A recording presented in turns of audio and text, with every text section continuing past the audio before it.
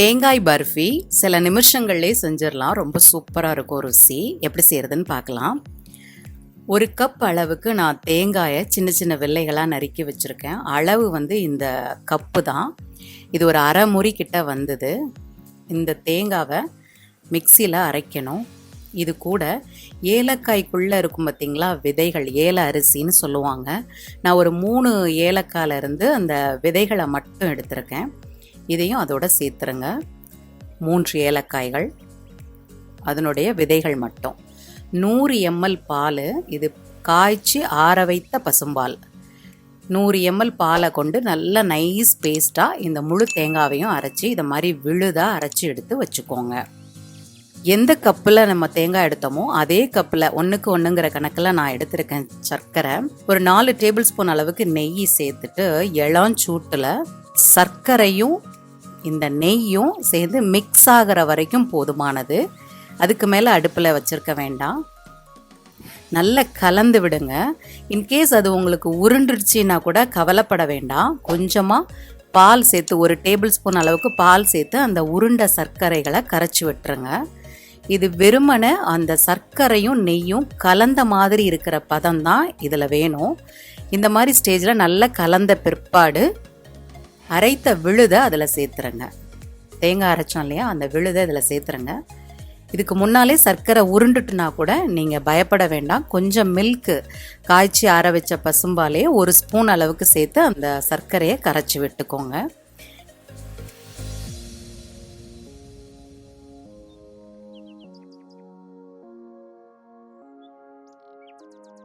இப்படி கலந்த பிறகு நான் பச்சை நிறம் தேர்ந்தெடுத்திருக்கேன்.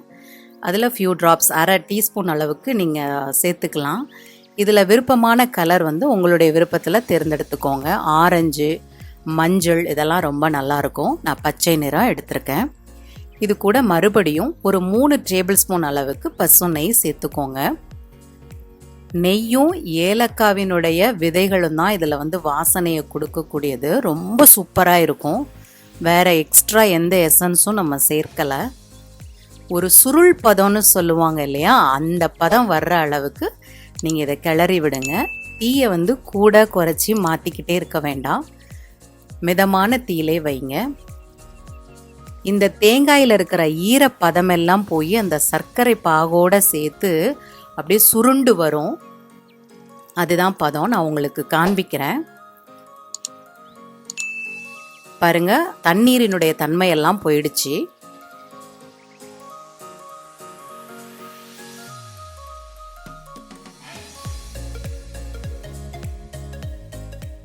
ட்ரேயில் நெய் தடவி ரெடியாக வச்சுக்கோங்க. இந்த பதம் வரும்போது ஸ்விட்ச் ஆஃப் பண்ணிவிட்டு அந்த ட்ரேயில் அவ்வளோத்தையும் சேர்த்துருங்க.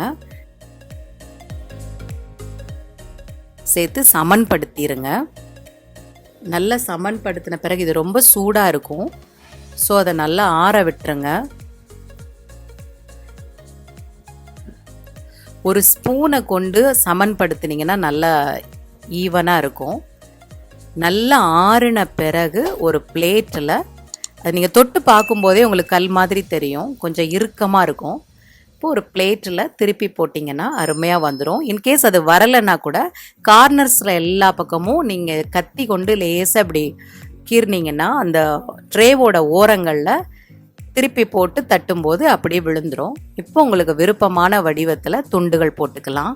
ரொம்ப சூப்பராக இருக்கும். சில நிமிஷங்கள்லேயே செஞ்சிடலாம். எல்லாருக்கும் இந்த சுவை பிடிக்கும். செஞ்சு பார்த்துட்டு உங்கள் ஃபீட்பேக் சொல்லுங்கள். தேங்க்யூ.